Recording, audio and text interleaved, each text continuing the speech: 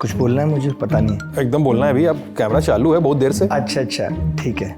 नमस्कार, मेरा नाम अभिनय शर्मा है और मैं यूपी के एक नेता नगरी हो चुका है। अच्छा, अब आप मुझसे बात करिए, बताइए क्या है पूरा एसएससी का विवाद इस बार। आज आप देखिए, आप पूछते हैं डीजे वाले बाबू किस रैपर ने गाना गाया, एसएससी जीडी में पूछा गया सवाल। एक था ड्रीम गर्ल कौन है। आज स्टूडेंट्स को अपने ही आयोग के खिलाफ लड़ना पड़ रहा है कोर्ट में। सोचिए, आयोग अपनी गलती होने के बाद भी गलती नहीं मान पा रहा है और सुप्रीम कोर्ट में बच्चों को चैलेंज कर रहा है। ऐसा लग रहा है कि शेर और चूहे की लड़ाई है और शेर जीत भी गया तो क्या जीता। आपकी एसएससी चेयरमैन से मुलाकात हुई जी, मीटिंग की कहानी बताइए पूरी। उन्होंने कहा था मैं मानता हूँ ये फेलियर है और हम सही कर रहे हैं। आप ये एक्सक्यूज कैसे दे सकते हैं कि आज एडिक्यूटी पहली बार एग्जाम ले रहा है। आप ये एक्सक्यूज कैसे दे सकते हैं कि उनके पास सेंटर्स नहीं है। आज अगर एडिक्यूटी पे चलिए क्वेश्चन उठा ही दिया लोगों ने, तो चेयरमैन साहब क्यों बचाव कर रहे हैं। पहली बार है, बच्चा है, सेंटर्स नहीं मैनेज कर पा रहा है। इस पद से इस्तीफा दे देना चाहिए अगर उनको लग रहा है कि वो इस चीज को ठीक से नहीं चला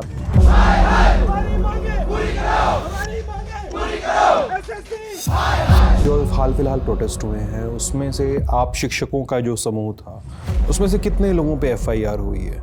आई थिंक 20-25 लोग हैं जिन पे एफआईआर हुई है। इस बार क्या हुआ है कि इन्होंने अपना लॉन्च किया है भारत ऑपरेटिंग सिस्टम, सीडेक जो कंपनी है उसका सर्वर है। जो बच्चों को दिक्कत नहीं आ रही कि सर्वर बहुत हैंग कर रहा है, इंटरफेस एकदम अच्छा नहीं है, तो वो भारत का है कि मैं इसलिए उस सर्वर का विरोध ना करूं क्योंकि वो मेक इन इंडिया है। एग्जाम्स में क्या होता है, जब ऑफलाइन होते थे तब, अब जब ऑनलाइन होने लगे तब पेपर अब घर पे ही ओपन होने लगा, यानी घर पे पेपर ओपन हो रहा है। लैपटॉप में ऑनलाइन का दौर है। 2017 के पेपर के जो स्क्रीनशॉट थे ऑनलाइन के, वो सब बाहर आ गए। टीसीएस की नौकरी छोड़ दी थी 23,000 रुपए की। जिस दिन लगी थी रात में बहुत सेलिब्रेशन किया था, पागल से हो गए थे।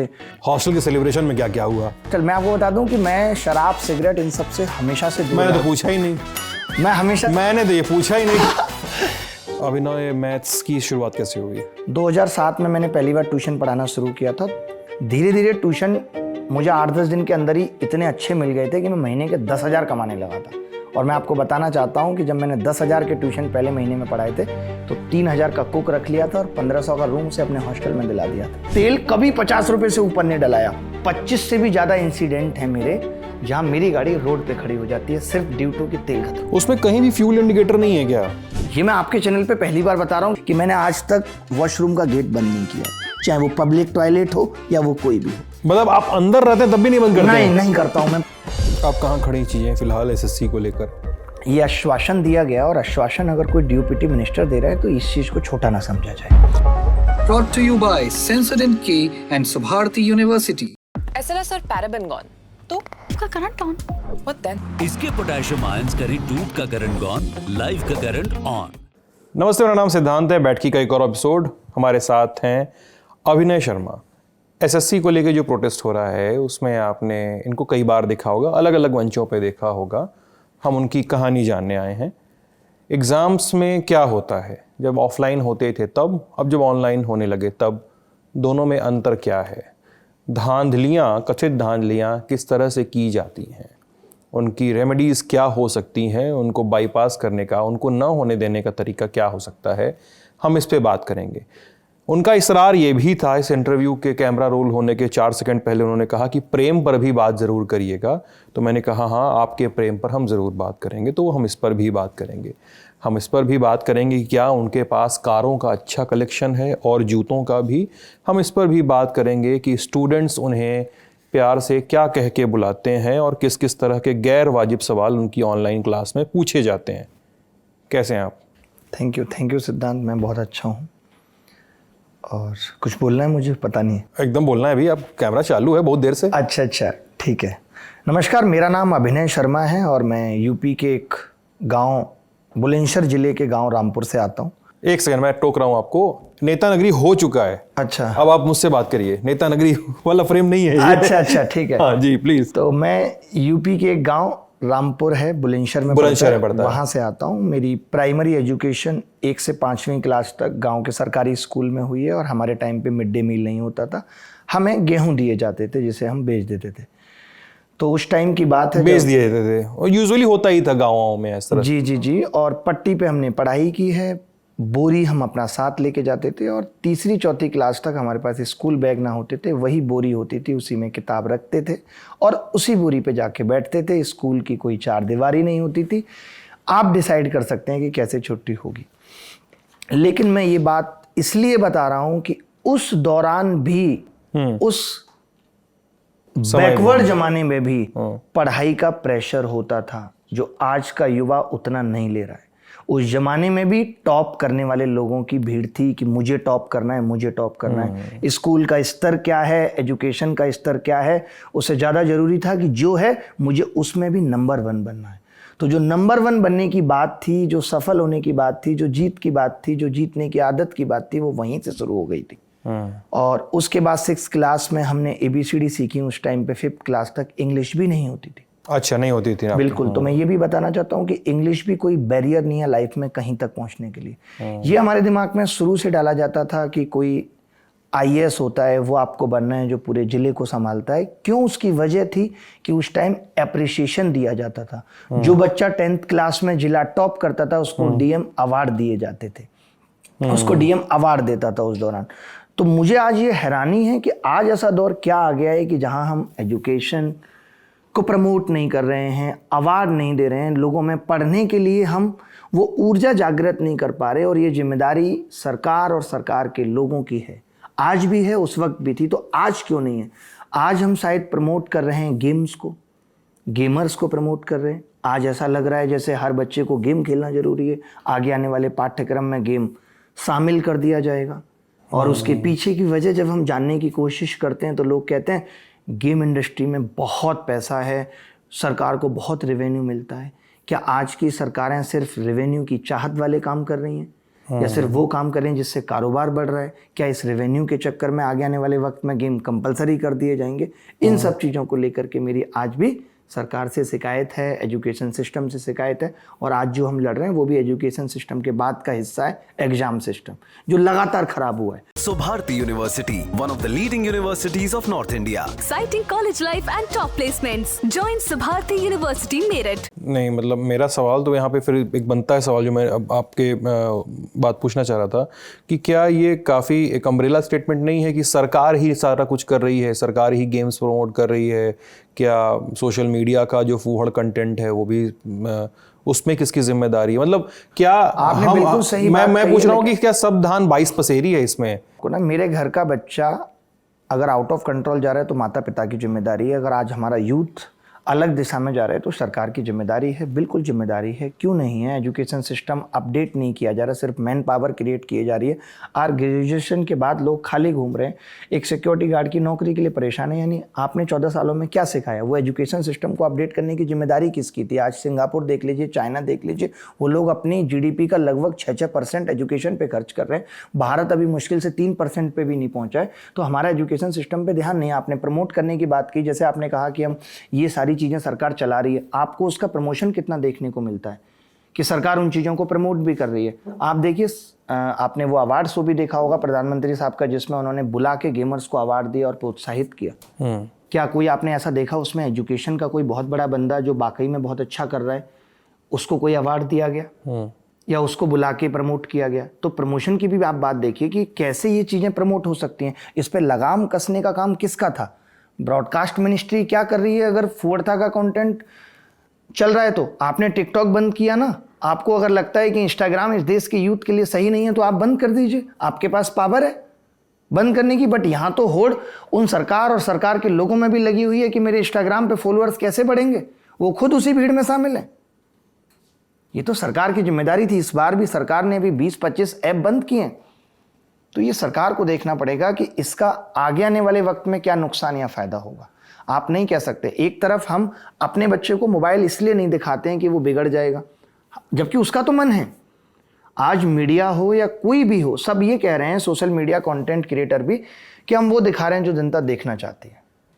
इसका मतलब आप जिम्मेदार नहीं है। मेरा बच्चा भी मोबाइल देखना चाहता है बट मैं नहीं दिखा रहा हूँ। मुझे पता है कि ये मोबाइल इसके लिए नुकसान करेगा, लेकिन दूसरे के बच्चे के लिए कोई जिम्मेदारी हमारी नहीं है। हम कहते हैं कि हम वो दिखाएंगे जो वो देखना चाहता है।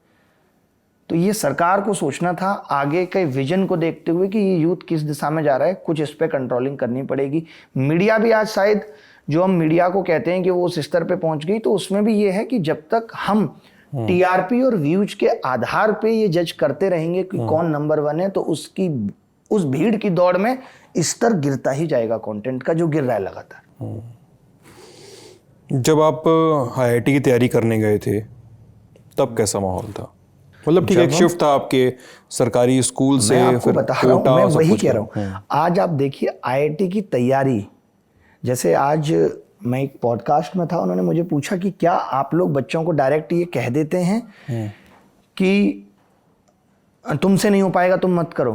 तो मैंने बोला आज के दौर में तो ऐसा नहीं है। कोई भी बच्चा आ जाए और कहे कि मुझे आईएएस की तैयारी करनी है, कोचिंग वाले कह देंगे हाँ बेटा 2 लाख रुपए लाओ, वो चाहे ज़मीन बेच के लाओ या कैसे भी लेके आओ ऑफलाइन में, हम आपको पढ़ाएंगे और आप बन सकते हो, यू कैन डू। आज यू कैन डू वाला है। मैं आपको अपने टाइम की बात बता रहा हूँ, शायद वो आपके टाइम की भी बात होगी, कि जब हम लोग आईआईटी की तैयारी में जाते थे जिस कोचिंग में, तो वो कोचिंग टेस्ट लेती थी। आपको याद है? हाँ। जब कोचिंग टेस्ट लेती थी, अगर आप उस टेस्ट को क्वालिफाई करोगे, क्या उस वक्त वो लोग अपना इंफ्रास्ट्रक्चर डेवलप करके सारी चीजें नहीं कर सकते थे? वो भी सारे बच्चों को ले लेते कि कोई भी तैयारी कर लेगा, लेकिन उस टाइम ये दौर नहीं था। पहले कोचिंग इंस्टीट्यूट टेस्ट लेते थे, अगर आप उस टेस्ट को क्वालिफाई करोगे तभी आप तैयारी कर सकते हो, क्योंकि ये माना जाता था, घर वाले भी ये मानते थे कि तेरे से इस कोचिंग का टेस्ट नहीं निकल रहा है तो तू आईआईटी क्या निकालेगा। मानते हैं? तो पहले ये टेस्ट होते थे, आज ये सब चीजें खत्म हो गई। तो वही मैंने कहा कि एजुकेशन का स्तर, एजुकेशन का सिस्टम लगातार गिरता जा रहा है। उसी हिसाब से एग्जाम सिस्टम गिरता जा रहा है। एग्जाम सिस्टम की बात करें, जब हमने 2012 में एग्जाम दिया सीजीएल का, कोई सवाल गलत नहीं आता था, ऑफलाइन पेपर होता था, कोई सवाल गलत नहीं है, सब कुछ नोटिफिकेशन में बता दिया जाता था कि 13 और 20 को प्री का एग्जाम होगा 2 दिन, मेंस का एग्जाम इसके बाद 15 सितंबर से होगा। सब कुछ हमारे दिमाग में सेट रहता था, मुझे अभी कितना सिलेबस कवर करना है, मेंस तक कितना करना है, सब पता होता था। इंटरव्यू इतने तारीख को होंगे, इतने तारीख को रिजल्ट डिक्लेयर किया जाएगा। आज सब कुछ टेंटेटिव है। नोटिफिकेशन बोलते हैं 11 को निकालेंगे, पता चलता है 24 को आएगा। फिर अचानक से 13 अगस्त से प्री आएगा, बस प्री की डेट बताएंगे कि 13 अगस्त से शुरू होगा, कब तक चलेगा नहीं पता। अब आप सोचिए, खुद मुझे एक बात बताइए, 13 अगस्त से पेपर है और आज हम 7 अगस्त को यहाँ बैठे हैं, अभी तक ये क्लियर नहीं है बच्चों के दिमाग में कि पेपर होगा या नहीं होगा। कितना कंफ्यूजन है, पेपर होगा या नहीं होगा। पेपर के लिए एक माइंडसेट होता है, यानी आप शायद उन लोगों को अपने सिस्टम में लाना ही नहीं चाह रहे जो वाकई में डिजर्व करते हैं। आपको इससे कोई मतलब नहीं है कि आपको एग्जाम की प्रक्रिया को किस किस लेवल तक ठीक करना है। सवाल आप कुछ भी पूछते रहे, हमारे टाइम पे नहीं होता था, कोई गलत सवाल नहीं आता था। उस टाइम कौन लोग पेपर बनाते थे जो गलत सवाल नहीं आते थे।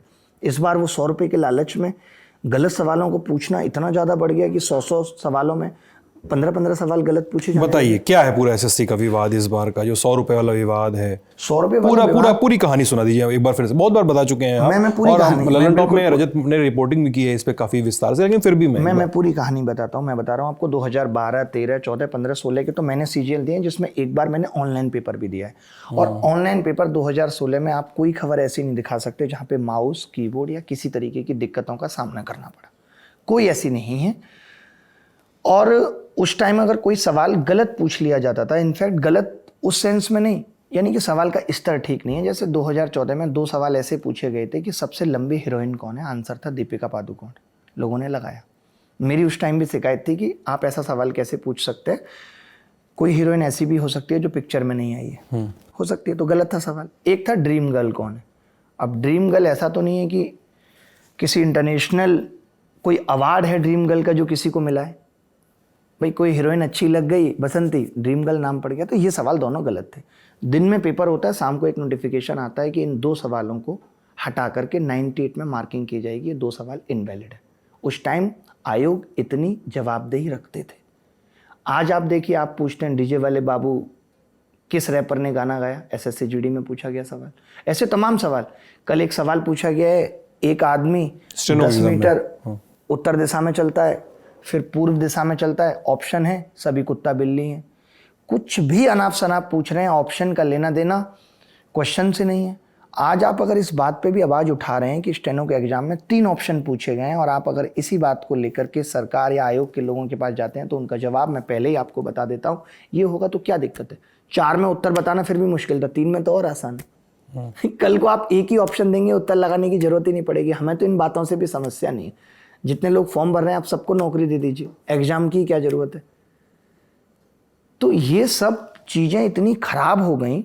जब 2016 में हमारा सीजीएल का दौर खत्म हुआ, तो 2017 में फिर ऑनलाइन एग्ज़ाम होता है और इतना मुश्किल पेपर पूछ लिया जाता है, इतना मुश्किल पेपर पूछ लिया जाता है जिसकी कोई हद नहीं है। जब पेपर मुश्किल आया तो लोगों ने सॉल्वर ढूंढने शुरू किए। सॉल्वर ढूंढने शुरू किए तो हुआ ये कि पेपर अब घर पे ही ओपन होने लगा, यानी घर पे पेपर ओपन हो रहा है, लैपटॉप में ऑनलाइन का दौर है। 2017 के पेपर के जो स्क्रीनशॉट थे ऑनलाइन के वो सब बाहर आ गए, सब कुछ बाहर आ गया, पहले ही सारे बाहर आ गए। तो उस केस में इन्होंने एक शिफ्ट का एग्ज़ाम कैंसिल किया सिर्फ और सिर्फ, बाकी का एग्ज़ाम कैंसिल नहीं हुआ। 5 दिन तक प्रोटेस्ट चला दिल्ली सीजीओ कॉम्प्लेक्स पे।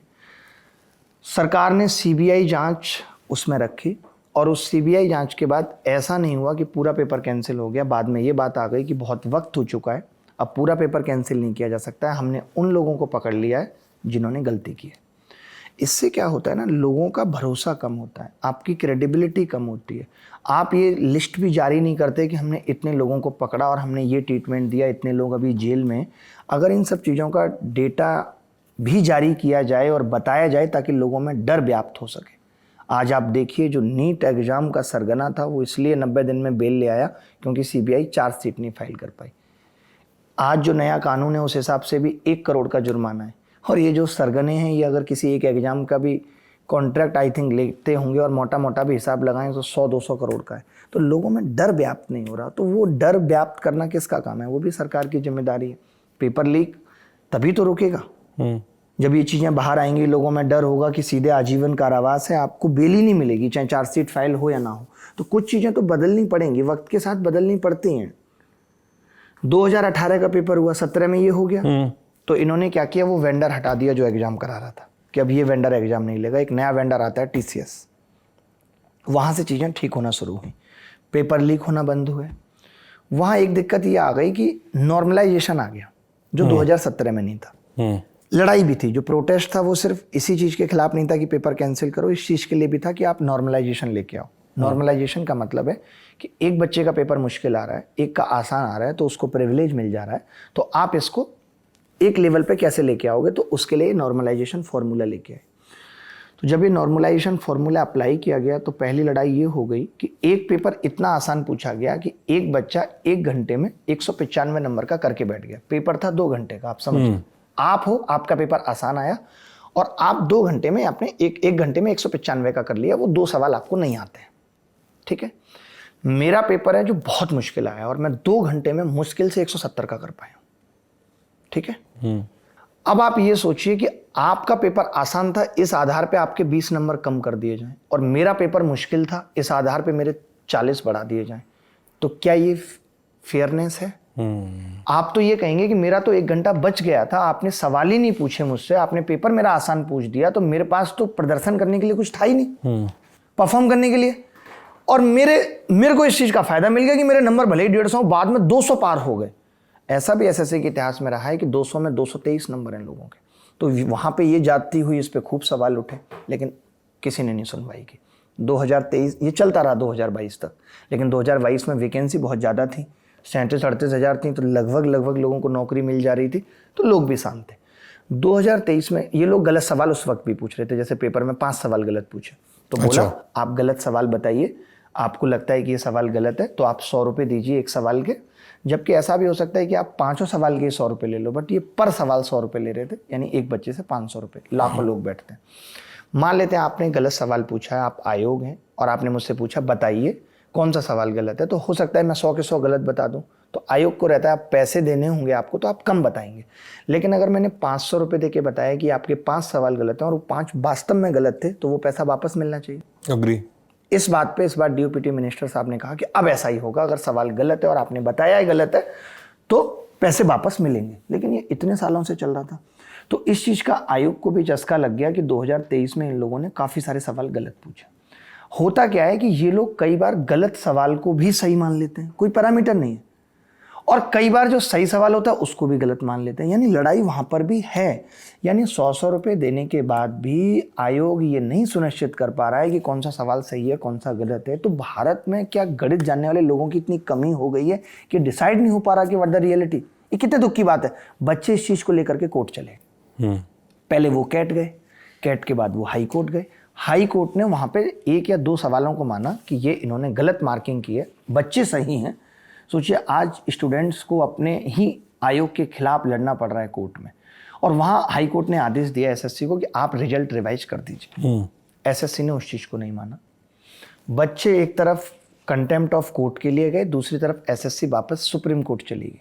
सोचिए आयोग अपनी गलती होने के बाद भी गलती नहीं मान पा रहा है और सुप्रीम कोर्ट में बच्चों को चैलेंज कर रहा है। ऐसा लग रहा है कि शेर और चूहे की लड़ाई है, और शेर जीत भी गया तो क्या जीता। आप बच्चों से जीत कर क्या ही कर लेंगे। और वहां जब 1 या 2 क्वेश्चन की सोचिए होड़ होती है कि 1-2 क्वेश्चन से कितने सारे बच्चे ऊपर नीचे हो जाते हैं, तो बच्चा सोचता है मेरे पास तो आखिरी अटेम्प्ट था, अंतिम प्रयास था, अगर ये 1 क्वेश्चन एसएससी ने सही मान लिया होता तो मेरा भी सिलेक्शन हो जाता, पूरी जिंदगी बन जाती। तो इसलिए वो लोग को कोर्ट जाना पड़ता है, पैसे जुटाते हैं, तब जाके वो कोर्ट पहुंचते हैं। और कोर्ट ने अगर माना है कि एसएससी की गलती है तो गलती रही होगी, मानते हैं। तो अभी वो 2023 का मामला कोर्ट में अटका हुआ है। ठीक है, ये मैं इसलिए भी बता रहा हूं कि यहाँ पे कोई वेटिंग लिस्ट नहीं है। जब यहाँ पे कोई वेटिंग लिस्ट नहीं है, यानी 15,000 लोगों की नौकरी लगी, अगर वो लोग छोड़ देते हैं वो नौकरी, तो ऐसा नहीं है कि नीचे वाले को मिल जाएगी। अब जब 2023 का कोर्ट में मामला है और कोर्ट ने ये कह दिया है कि जितने लोग भी सेलेक्ट हुए हैं वो भी कोर्ट के डिसीजन पे निर्भर करेगा, सब्जेक्ट टू आउटकम है उनकी ज्वाइनिंग, तो उनके अंदर भी डर पैदा है जो सेलेक्ट हुए, वो फिर 2024 का एग्जाम भी भरते हैं। 2024 के एग्जाम में आपको बताता हूं, जब 2024 के एग्जाम का प्री का रिजल्ट आता है तो उसमें 153 कट ऑफ जाती है, और हम पहले दिन ही ये कहते हैं कि 20,000 वैकेंसी होने के बाद इतनी कट ऑफ नहीं जानी चाहिए थी, इसके रिजल्ट में झोल है। मैं लगातार आवाज़ उठाता हूँ, 8-10 वीडियो बना के आवाज़ उठाता हूँ, और फाइनली एक फॉल्ट पकड़ता हूँ। फॉल्ट ये था, क्लियर करना चाहता हूँ दर्शकों को, कि जो लोग ओवर एज थे इन लोगों ने उनको भी रिजल्ट में डाल दिया, प्री क्वालिफाई करा दिया कि आप मेंस का एग्जाम दीजिए। ओवर एज से मेरा मतलब है जैसे सारी पोस्ट के लिए एज है 30 साल, लेकिन 31 साल वाले बंदे को भी इन्होंने उस 30 साल वाले बंदों की जो जॉब लिस्ट थी उसमें डाल दिया। ये हमने निकाला, और हम भी कैसे निकाल पाए, क्योंकि एसएससी ने पहली बार डेट ऑफ बर्थ जारी किया था। उस डेट ऑफ बर्थ में एक बंदा ऐसा था जो हमारे साथ काम करता था। अच्छा, तो हमें पता चल गया कि ये तो, वो खुद ही हमें बोला सर मैं तो इस चीज़ के लिए एलिजिबल ही नहीं हूँ, लेकिन मेरा इस लिस्ट में नाम है।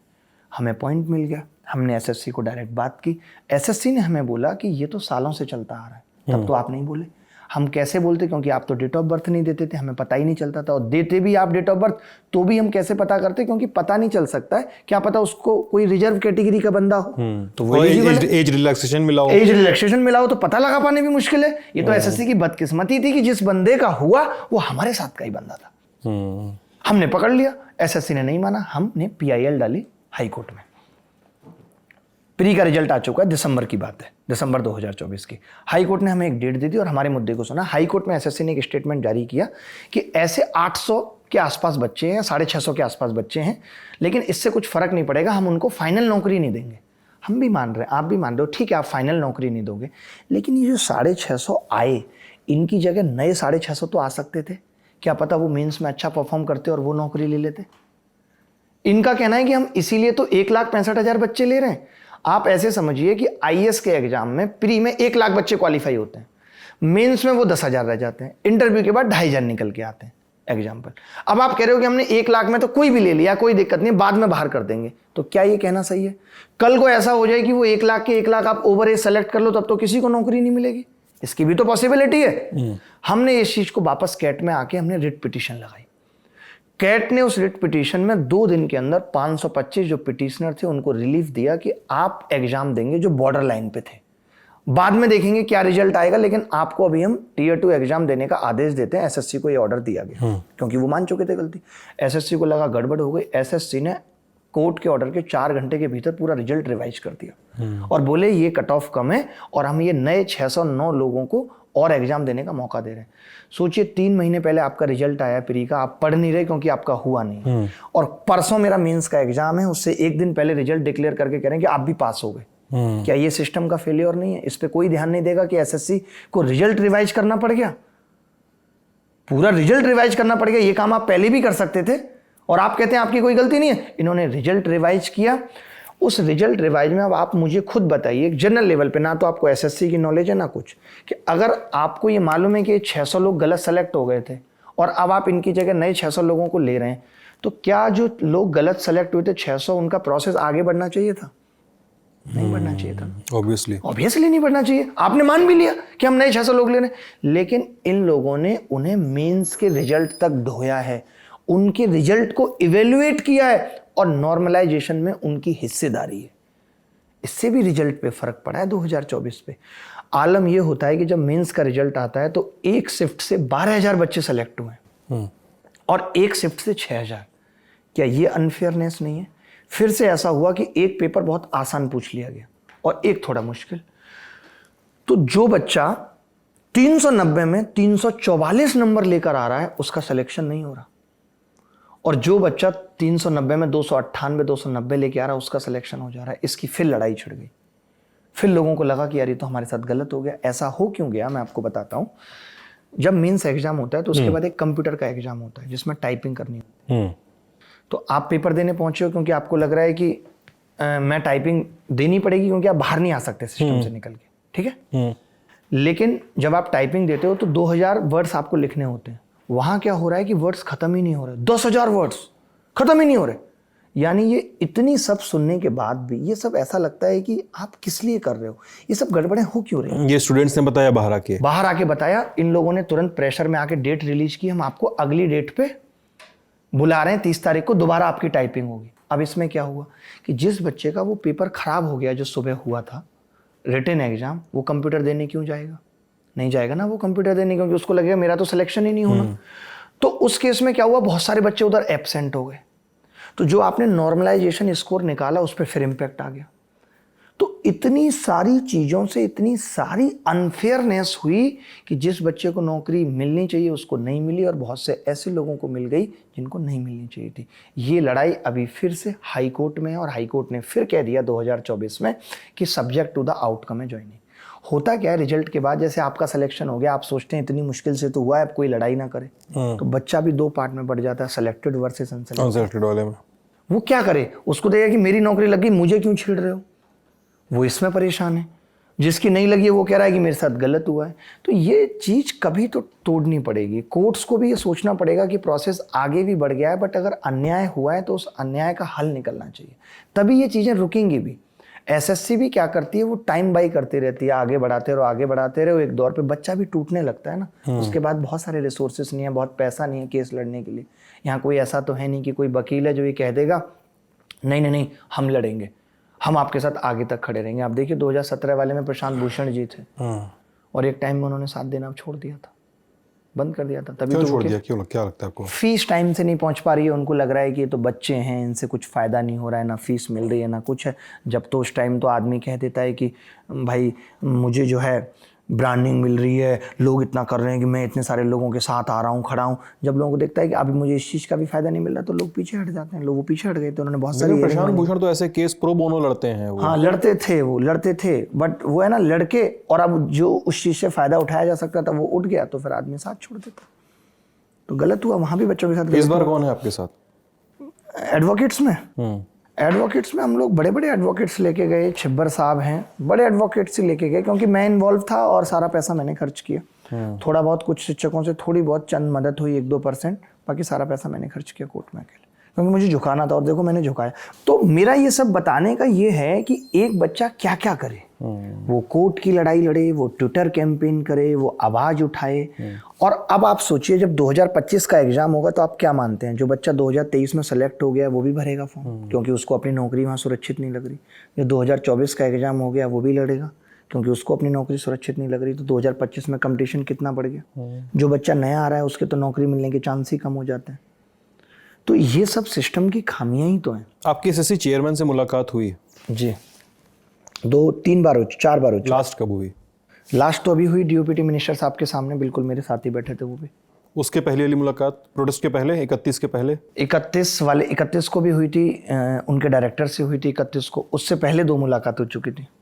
उसके पहले की मुलाकातों में क्या कह रहे थे, और डीओपीटी मिनिस्टर के सामने मुलाकात में क्या कह रहे थे? उससे पहले की मुलाकात में जब हमने उनको 2024 की सारी बातें बताई थी तो उन्होंने कहा था मैं मानता हूँ ये फेलियर है और हम सही कर रहे हैं, जैसे नॉर्मलाइजेशन वाली बात थी। तो इन्होंने कहा था हम उसको ठीक कर रहे हैं, और ये अब ऐसा फॉर्मूला लेके आए कि अब ऐसा नहीं होगा। अब अगर 2 शिफ्ट हैं और 18,000 वैकेंसी हैं तो दोनों के टॉप 9,000 स्टूडेंट उठाए जाएंगे। ये बेस्ट तरीका है, परसेंटाइल मेथड बेटर है पहले वाले से। वो बहुत कॉम्प्लिकेटेड, ये पहले कह रहे थे वो, ये पहले कह रहे थे और कर दिखाते हैं, कर दिखा दिया है, ये चीज़ कर दी है, अब से ऐसा ही होगा कि आपको नॉर्मलाइजेशन से इशू नहीं होगा। लेकिन हो क्या रहा है कि जो पुरानी इश्यूज होते हैं वो कुछ सही हो जाते हैं, फिर नए इशू क्रिएट हो जाते हैं। अब जो नए इशू क्रिएट हुए हैं वो इतने खतरनाक हैं कि पूरा एजुकेशन और एग्जाम सिस्टम हिल गया है एकदम। ऐसी ऐसी जगह सेंटर्स, जंगलों में सेंटर्स दिए जा रहे हैं, माउस काम नहीं कर रहे बच्चों के, इनका सर्वर फेल हो गया, नया इंटरफेस लाए हैं वो काम नहीं कर रहा है। तो ये तो सबसे ज़्यादा भयावह समस्या है, यहाँ तो एग्जाम ही नहीं कंडक्ट हो पा रहा है। आगे की बात तो छोड़ दीजिए, रिजल्ट और बाकी चीज़ों की। तो डिप्टी मिनिस्टर के सामने क्या बात हुई? 1.5-2 घंटे बात हुई, तो इन सारी चीज़ों पे बात हुई कि कौन जैसे कौन था उस मीटिंग की कहानी बताइए पूरी। मीटिंग की कहानी है, डीओपीटी मिनिस्टर साहब थे, चेयरमैन साहब थे और उनके सेक्रेटरी थे। इधर आप अकेले कि आपके साथ भी लोग थे? मेरे साथ 3 शिक्षक और थे, तो सबने अपनी अपनी बातें रखी थी। तो पहले क्या हुआ था, उन्होंने मुझसे पूछा आप प्रॉब्लम्स बताइए, तो मैंने 15 मिनट तक सारी प्रॉब्लम्स बताई। चेयरमैन साहब नोट करते गए कि मैं इन सब बातों पे जवाब दूंगा। मेरी बात ख़त्म हो गई तो डीओपीटी मिनिस्टर साहब ने चेयरमैन साहब को कहा कि इस पे बताइए, इस पे बताइए। 1-2 चीज़ें थी जो मैंने खुद ही काट दी, मैंने कहा इस पर आप मत बोलिए। चेयरमैन साहब भी भारी महसूस कर रहे थे। वहाँ पे भी कुछ ऐसी चीज़ें आई, जैसे उन्होंने ये कहा कि एडुकेटी अभी सेंटर्स मैनेज कर रही है, जो पहले वाला वेंडर था TCS, उसके पास ज़्यादा सेंटर्स थे, तो इन लोगों को मिल नहीं पा रहे हैं। तो आप भी मुझे बताइएगा कि इससे आप कितनी सहमति रखते हैं कि जब आप किसी को कॉन्ट्रैक्ट दे दें, फॉर एग्जाम्पल आप अपने घर बनाने के लिए किसी को कॉन्ट्रैक्ट दे रहे हैं, ठीक है, अब वो कॉन्ट्रैक्टर आपको ये कह रहा है कि मेरे पास अभी JCB का इंतजाम नहीं हो पा रहा है, मेरे पास अभी लेबर का इंतजाम नहीं हो पा रहा है, तो हमने कोई ठेकेदार को कॉन्ट्रैक्ट देने का मतलब ठेकेदार से थोड़ी काम कराना था या उस नाम से थोड़ी काम कराना था। एडुकेटी थोड़ी बच्चों का एग्जाम ले सकती है, एडुकेटी के पीछे का एक इंफ्रास्ट्रक्चर, एक सिस्टम तो होगा ना, उसका वेरिफिकेशन आपने क्यों नहीं किया? कि आप वर्बली कोई कमिटमेंट ले लिया हमारे पास सेंटर है, अगर उसने आपको एक लिस्ट नहीं दी होगी अपने सेंटर्स की कि ये 350 सेंटर्स हैं और इतने इतने बच्चे हम एक दिन में बिठाएंगे, ऐसा कुछ तो हुआ होगा, और नहीं हुआ है तो ये गलत हुआ है। आप ये एक्सक्यूज कैसे दे सकते हैं कि आज एडुकेटी पहली बार एग्जाम ले रहा है? आप ये एक्सक्यूज कैसे दे सकते हैं कि उनके पास सेंटर्स नहीं है? तो आपने टेंडर किस बिहाफ पे उनको दे दिया? आज ये दुर्भाग्य की बात है कि हम और आप बैठ के SSC के पीछे के वेंडर पे चर्चा कर रहे हैं। हमने इतने सारे एग्जाम दिया, IIT दिया, हमें नहीं पता होता कौन वेंडर ले रहा है, हमें तो यही पता होता था सरकार ले रही है, या हमें तो यही पता होता था आयोग ले रहा है।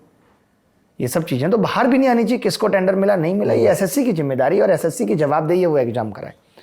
तो ये सब चीज़ें जब उनकी तरफ से आ रही हैं तो ये और दुख दे रही हैं। प्रॉब्लम है उससे दुख है, लेकिन जो आप प्रॉब्लम को ना सॉल्व करने के लिए ये इस तरीके के गंदे लॉजिक दे रहे हो, ये ज़्यादा दुखदाई है। इससे ये पता चल रहा है कि फिर तो आप कभी ठीक कर ही नहीं पाओगे। पहला ठीक करने की जो स्टेप है वो ये है कि पहले आप माने कि सामने वाला गलत कर रहा है।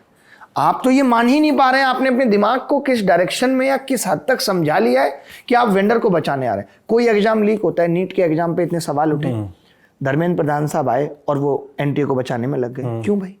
आपको तो सीधे आके ये कहना चाहिए कि बच्चों ने अगर इतना सवाल उठाया है तो मैं जांच के आदेश देता हूं। आप बचाने क्यों आ जाएंगे?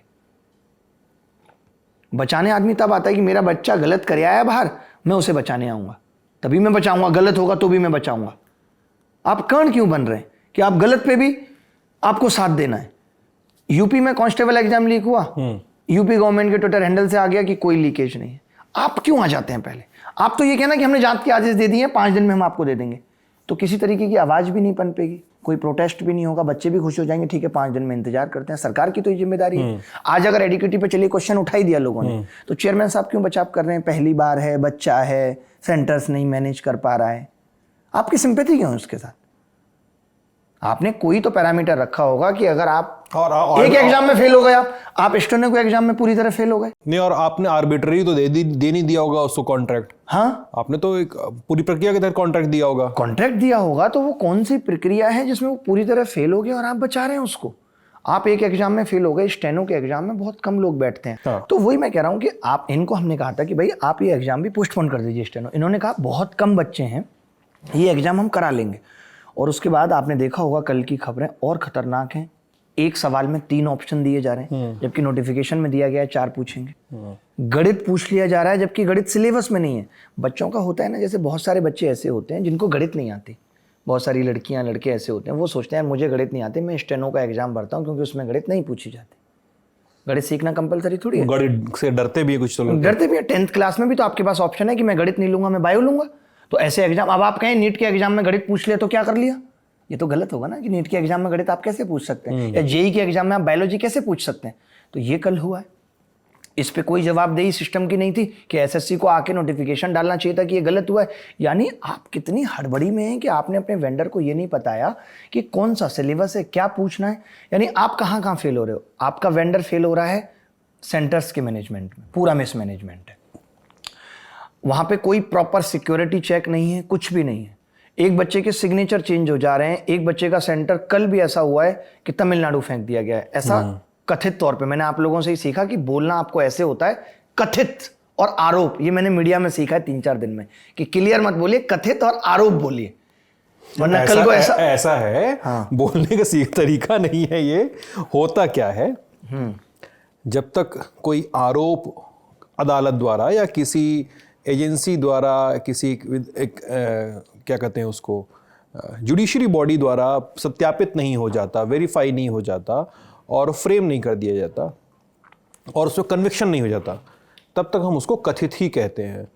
भले ही जितनी बड़ी भी टेस्टमनी हो, जितनी बड़ी भी एफआईआर हो, जितने बड़े भी आरोप हो, कथित इसलिए ही कहा जाता है। जी प्लीज। ठीक है, मैं समझ गया। वही तो मैं भी ऐसे ही बोलने लगा हूँ। पता चलेगा कि कोई फिर मेरे ऊपर ही सवाल उठाने लगा, एसएससी कहेगा कि ये ऐसा कर रहे हैं, वैसा कर रहे हैं, तो हमें भी आपसे सीखना चाहिए। तो ऐसा हुआ। तो कल के एग्जाम में इतनी सारी दिक्कत आई, सर्वर काम नहीं कर रहा है। सर्वर काम करने के पीछे ये है कि इन्होंने इस बार क्या किया है, जैसे आपके पास लैपटॉप होगा, उसके अंदर एक माइक्रोसॉफ्ट ऑफिस है जो भारत की नहीं है, बिल गेट्स साहब की, और वो हम लोग पिछले 12 साल 15 साल से चला रहे हैं, और वो है उससे पहले की भी, भारत में हो सकता है बाद में आई होगी। इस बार क्या हुआ है कि इन्होंने अपना लॉन्च किया है भारत ऑपरेटिंग सिस्टम, सीडेक जो कंपनी है उसका सर्वर है। जो बच्चों को दिक्कत नहीं आ रही कि सर्वर बहुत हैंग कर रहा है, इंटरफेस एकदम अच्छा नहीं है, तो वो भारत का है। अब आप मेक इन इंडिया पे जा रहे हैं, मैं आपकी बात से बिल्कुल सहमत हूँ, लेकिन क्या मेक इन इंडिया प्रोडक्ट सिर्फ इस इमोशंस के आधार पे आप बेच देंगे लोगों को कि वो भारत में बनाए तो हमारी सिंपैथी है, चाहे वो काम कर रहा है या नहीं कर रहा? आप इसे कितना सही मानते हैं कि मैं इसलिए उस सर्वर का विरोध ना करूं क्योंकि वो मेक इन इंडिया है? आप बीटा टेस्टिंग कर दें कम से कम, एक मास लेवल पे लगाने के लिए मास टेस्टिंग कर दें। आप बच्चों के भविष्य के साथ ट्रायल नहीं कर सकते ना उस सिस्टम का। और अगर हमें पता है कि हमने पहले इन चीज़ों पे ध्यान नहीं दिया, अब अचानक से हम एक सिस्टम बना के और कहें, आज भी कितने सारे लोग हैं जो भीम यूपीआई यूज कर रहे हैं, भारत सरकार का है, बहुत कम लोग होंगे। लोग फोन पे, भीम पे जो होता है ना, हाँ फोन पे या गूगल पे ज़्यादा यूज कर रहे हैं। तो आप सिर्फ इस आधार पे अपने प्रोडक्ट को नहीं सेल कर सकते, या अपने प्रोडक्ट को चलाने के लिए मजबूर नहीं कर सकते कि वो मेक इन इंडिया है। वो मजबूरी में ऐसा हो सकता है कि जब आप बाहर के सारे प्रोडक्ट को बंद कर दें, लोग उस प्रोडक्ट को यूज करेंगे जिसका इंटरफेस ईजी है। आज हम लोगों का भी होता है ना कि स्विगी या जोमेटो में मुझे स्विगी चलाना अच्छा लगता है, हो सकता है आपको जोमेटो चलाना अच्छा लगता हो, सबका अपना अपना तरीका है। लेकिन आप ये कह करके कि ये मेक इन इंडिया इसलिए इसको बर्दाश्त करिए भले ये खराब है, ये तो गलत है ना। तो मैं इस चीज़ को बिल्कुल सही नहीं मानता कि सिर्फ इमोशंस के आधार पे मेक इन इंडिया बोल के भले ही प्रोडक्ट थर्ड क्वालिटी का है, लोग नहीं इस्तेमाल कर पाएंगे। आपको उससे पहले माइक्रोसॉफ्ट के लेवल का प्रोडक्ट बनाना पड़ेगा। आप कहाँ खड़ी चीजें फिलहाल एसएससी को लेकर? एसएससी के नोटिफिकेशन का 7 अगस्त को जब बातचीत कर रहे हैं तब मैं बताता हूँ। अब मीटिंग हुई, मिनट्स ऑफ मीटिंग भी रिकॉर्ड किए गए, ये आश्वासन दिया गया, और आश्वासन अगर कोई ड्यूपिटी मिनिस्टर दे रहा है तो इस चीज़ को छोटा ना समझा जाए। वो अगर कह रहा है कि इन सब चीज़ों पे हम काम कर रहे हैं और 7 दिन के अंदर आपको रिजल्ट देखने को मिलेगा, तो हमारे पास अभी ऑप्शन है कि हम उनसे फिर दोबारा जाके सवाल पूछ सकते हैं कि इतनी इतनी चीज़ों पे आपसे बात हुई थी, आपने कमिटमेंट दिया और अब उस एग्जाम सिस्टम की हालत और ख़राब हो गई। तो प्रेशर में चेयरमैन साहब भी हैं, और जितना ज़्यादा प्रेशर क्रिएट होगा, हम आप जैसे लोगों ने जो इस आवाज़ को इतना बुलंद किया है, तो इनको बदलना पड़ेगा।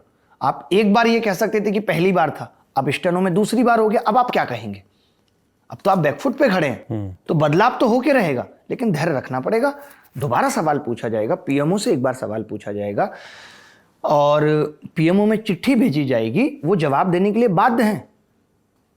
इस लड़ाई को भी एक लीगली एडवाइजर के थ्रू लड़ा जाएगा, परस्यूअल होता रहेगा। जी जी जी बिल्कुल। एक बात बताइए, जो हाल फिलहाल प्रोटेस्ट हुए हैं उसमें से आप शिक्षकों का जो समूह था, वो आपका तो एक वीडियो भी वायरल हुआ है, पुलिस वर्दी वाला, जी जी, वर्दी मर्दानगी पुलिस वाला, तो उसमें से कितने लोगों पे एफआईआर हुई है? आई थिंक 20-25 लोग हैं जिन पे FIR हुई है। और सोचिए हम लोग, आप पर भी हुई है? नहीं, तो आप अगर ये सोचें कि हम लोग वहाँ इतने स्टूडेंट हितों पे ही बात करने में लगे रहे कि हम ये कहना भी भूल गए DUPT मिनिस्टर साहब को कि जी FIR हो गई है उसे तो हटवा दो, ये भी हम लोग नहीं कह पाए, ध्यान में ही नहीं आया, सिर्फ स्टूडेंट इशूज पे ही चर्चा होती रही।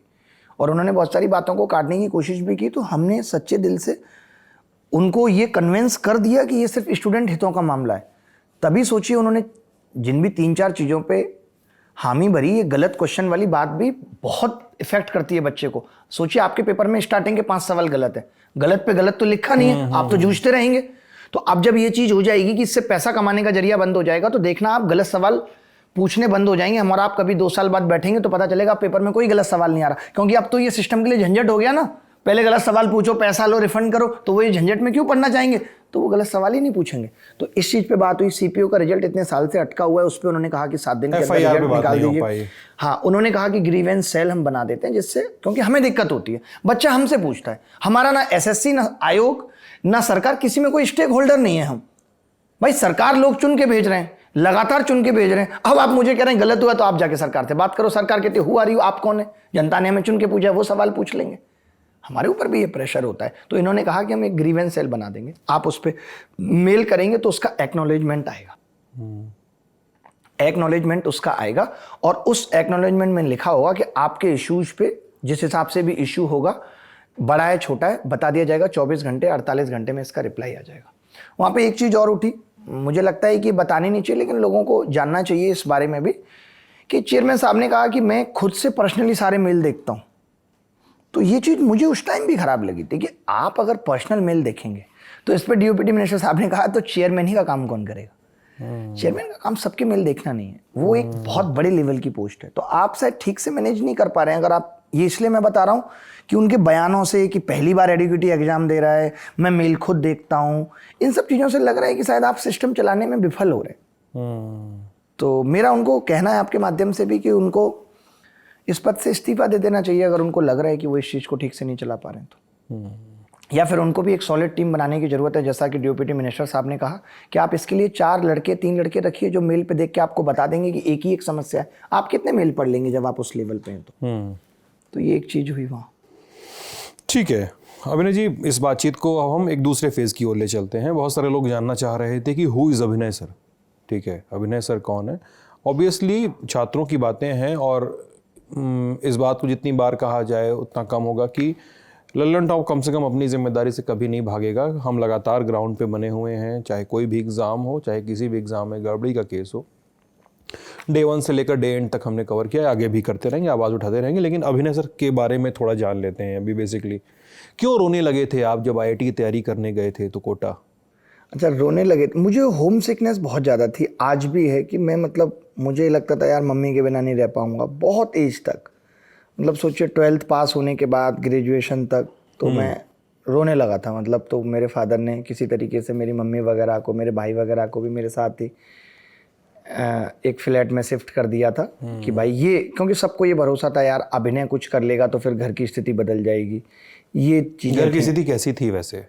बहुत ख़राब थे। हमारे पिताजी कॉन्ट्रैक्टर थे। कॉन्ट्रैक्टर का आप जानते हैं, कभी काम मिल गया, ठेका मिल गया, तो हमारी वैसी वाली लाइफ रही है कि कभी तो बड़े नए कपड़े आ गए 2-3 जोड़ी, कभी अचानक से हालत ये हो गई कि कुछ भी नहीं है, कुछ भी मैनेज नहीं हो पा रहा है। तो उतार चढ़ाव जीवन के बहुत थे, पिताजी के भी जीवन में थे, हमारे भी जीवन में रहे। तो वहाँ तैयारी की थी, तो उसके बाद कॉलेज भी बहुत दूर मिला, साउथ में हम गए थे, कृष्णापल्ली कॉलेज। हाँ, तो वहाँ पे भी हमारी स्थिति ये रही कि हमने कहा कि हम नहीं पढ़ पाएंगे, मतलब हम रह ही नहीं पाएंगे। पिताजी हमारे साथ गए और हम जिस ट्रेन से गए उसी ट्रेन से वापस आ गए। तो पिताजी का तो हमेशा से ये था, अभी भी मैं बता दूं, मेरे पिताजी मुझे दिन में रोज़ 2 बार फ़ोन करके पूछते हैं, माताजी 4 बार फ़ोन करके पूछते हैं कहाँ है क्या है। लेकिन जब मैं ये लड़ाई लड़ता हूँ तो वो लोग सिर्फ पूजा पे बैठ जाते हैं कि भाई जो ये मांग रहा है सब मिल जाए। वो मुझे डिस्टर्ब नहीं करते, उनको मेरे पे भरोसा रहता है कि नहीं सही कर रहा है। मेरे पिताजी ने, मेरी माताजी ने कभी ना मुझे मना किया है कि बच्चों की लड़ाई मत लड़िए। होता है ना, पेरेंट्स डरते हैं ये मत करो वो मत करो। मेरे माताजी पिताजी नहीं कहते, वो मुझे कहते हैं कि तुम, हमने इस लायक या इतना समझदार बना दिया है कि जो तुम करोगे वो सब ठीक करोगे। तो उनको भी बहुत भरोसा रहता है। आप कहाँ रहते हैं अभी? ग्रेटर नोएडा में? ग्रेटर नोएडा में रहता हूँ, पापा मम्मी के साथ ही रहता हूँ। और या दिल्ली में कहीं अलग रहना होता है? नहीं, अलग बिल्कुल भी नहीं रहना। तो आप जीवन के कितने साल बचे ही हैं, उनके भी मेरे भी, तो मैं सोचता हूँ कि साथ रहा जाए, उनका सेवा करना भी मेरा फर्ज है, तो मैं थोड़ा सा घरेलू हूँ। टीसीएस की नौकरी छोड़ दी थी 23,000 रुपए हाँ, 23,000 रुपये की ऑफर लेटर था, बहुत संभाल के रखा था। जिस दिन लगी थी रात में बहुत सेलिब्रेशन किया था, पागल से हो गए थे कि नौकरी लग गई है टीसीएस में, ये बड़ी बात होगी। आज टीसीएस है, सेलिब्रेशन कहाँ किया था? मतलब अपने हॉस्टल में ही बहुत कम बच्चों कैसा सेलिब्रेशन था वो? और मतलब जैसे रात में 9 बजे के आसपास रिजल्ट आया था, क्योंकि सुबह एक प्रोसेस होता था, सुबह एग्जाम हुआ है, फिर इंटरव्यू के 3 प्रोसेस चल रहे हैं, तो रात में 9 बजे हुआ। पहली बार हमें घर से उस चीज़ के लिए पैसे मिले थे कि आप एक फॉर्मल ड्रेस खरीद ली, ब्लैक पैंट, कैंडी लंदन की वो एक शर्ट और टाई, आज भी याद है। तो एक तो ये भी खुशी थी, हम इतने अच्छे लग रहे हैं टाई वाई लगा के पहली बार, और सिलेक्शन हुआ है तो सिलेक्शन हो गया। एक नौकरी मिलना, मैं वही कह रहा हूँ, आज की बात नहीं है, हमारे टाइम पे भी नौकरी मिलना बहुत बड़ी चीज़ हुआ करती थी। हम जब कॉलेज से पास आउट हो गए और जब हमने गूगल पे टाइप किया कि सरकारी नौकरी आफ्टर ग्रेजुएट, उससे पहले हमें सिर्फ आईएएस पता था होता है, तब हम सीजीएल के बारे में जाने थे। और उस टाइम सिर्फ एक सिंगल किताब अरिहंत की आया करती थी सीजीएल पे, किताबें भी नहीं होती थी कि सीजीएल देना है। घर आ गए, रिसेशन था 2012 में, तो टीसीएस ने कहा कि मार्च में आपकी ज्वाइनिंग होगी, यानी जुलाई में हमारा कॉलेज कंप्लीट हुआ, मार्च में ज्वाइनिंग होगी, तो हमारे पास एक लंबा वक्त था। अरे रुकिए, अभी उस पर चलते हैं। हॉस्टल के सेलिब्रेशन में क्या क्या हुआ? अच्छा अच्छा, आप जो पूछना चाह रहे हैं कि वो कौन सा गाना है, सेरीमान का हॉस्टल, एक बार हॉस्टल। मैं आपको बता दूं कि मैं शराब सिगरेट इन सब से हमेशा से दूर। मैंने तो पूछा ही नहीं, मैं हमेशा से, मैंने तो ये पूछा ही नहीं। ठीक है, मैं इन सब चीज़ों से हमेशा से दूर रहा। मेरे लिए सेलिब्रेशन खाली हंसी मजाक बातें, क्योंकि मैं उससे पहले स्टैंड अप कॉमेडी किया करता था, एंकरिंग किया करता था अच्छा। कॉलेज में। हाँ, दैनिक भास्कर, अमर उजाला, इन सब के लिए भी मैंने सोच किए हैं, एंकरिंग की हैं। ये सब चीज़ें मैं 2006 से कर रहा हूँ। अच्छा, ठीक है। और ट्यूशन पढ़ाता था। 2007 में मैंने पहली बार ट्यूशन पढ़ाना शुरू किया था। 2007 में 200 रुपये महीने, और जिस बच्चे को ट्यूशन पढ़ाया था वो आज IOCL में GM पोस्ट पे है। अच्छा, वो भी बड़ी अच्छी पोस्ट पे है, और ग्रुप ए सर्विसेज होती है, तो वहाँ से मेरा पढ़ाने का दौर ये शुरू हुआ था, और वो खर्चा चलाने के लिए ही था। धीरे धीरे ट्यूशन मुझे 8-10 दिन के अंदर ही इतने अच्छे मिल गए थे कि मैं महीने के 10,000 कमाने लगा था। और मैं आपको बताना चाहता हूँ कि जब मैंने 10,000 के ट्यूशन पहले महीने में पढ़ाए थे, तो 3,000 का कुक रख लिया था और 1,500 का रूम उसे अपने हॉस्टल में दिला दिया था। तो मेरा जो था जीवन, और उसमें बेल लगा दी थी अपने रूम से उसके रूम तक, कि एक बार बेल बजाऊंगा तो चाय लेकर आना, 2 बार बजाऊं तो चाय के साथ ब्रेड। तो मेरा ये था कि भाई पैसा कमाना है, तो शुरू से मतलब मैं अपने कॉलेज में इसी चीज़ के लिए स्ट्रगल करता रहा कि मुझे एक कार खरीदनी है, चाहे भले ही वो नैनो हो। मैं सफल नहीं हो पाया, उसमें अलग बात है। बाइक मैंने ले ली थी, अपाचे मेरे पास थी, और मेरा सपना जो था कि कॉलेज में इतने पैसे कमा लूं। अपाचे 180 येलो कलर, 180 येलो, आप समझते हैं येलो कलर की। जब वो एक बार ऐसे करके घुमाई, भाई साहब काई हो रखी थी, ऐसे गिरे थे सारी इज्जत का फलूदा हो गया था। तो बाइक का उस टाइम था, जलवा था भाई। बाइक भले ही चाहे पैसे, तेल कभी 50 रुपए से ऊपर नहीं डलाया। ये मेरी इतनी गंदी आदत रही है बाइक में, और आज तक है। मैं अपनी पहली गाड़ी GLS थी मेरी पहली गाड़ी, और जब मैं उसे लेकर आया तो हमारा क्या होता है, सबसे पहले हम मथुरा वृंदावन जाते हैं, बिहारी जी के दर्शन करते हैं, कोई भी कार लेते हैं कुछ भी। तो पहली बार में ही मेरे पिताजी बोलते भी रहे कि ये रिजर्व बोल रही है, तेल डलवा लो। हमने नहीं डलवाया और वो बंद हो गई गाड़ी। तो उस टाइम तो ये बहाना भी था कि भाई नई ये आइडिया नहीं था कि कितनी देर चलेगी। हम फिर उसके बाद रात को 12:30 बजे पूरा परिवार साथ है, पुलिस को फ़ोन कर रहे हैं कि गाड़ी में कोई कमी हो गई। पुलिस आई, बोलिए तो नई गाड़ी लग रही है, हाँ आज ही ली है, इसमें क्या कमी हो सकती है। फिर बताया तेल नहीं है, बोले बता देते तेल ले आते, तेल खत्म हो गया। मैं आज तक 25 से भी ज़्यादा इंसिडेंट हैं मेरे जहाँ मेरी गाड़ी रोड पर खड़ी हो जाती है सिर्फ ड्यू टू कि तेल खत्म। लास्ट कब? लास्ट तो इतना इंपॉर्टेंट था, किसी ने मुझे बुलाया था और बड़ा इंप्रेशन का मामला था। हमने कहा यार लोगों के साथ जाएंगे, उनको भी अपने साथ घुमाएंगे। देहरादून में मेरा एक इंटरव्यू था, बाहर से लोग आ रहे थे, तो उनको अपनी गाड़ी में घुमाना था। मैं लेके गया था और सोचे तेल खत्म हो गया।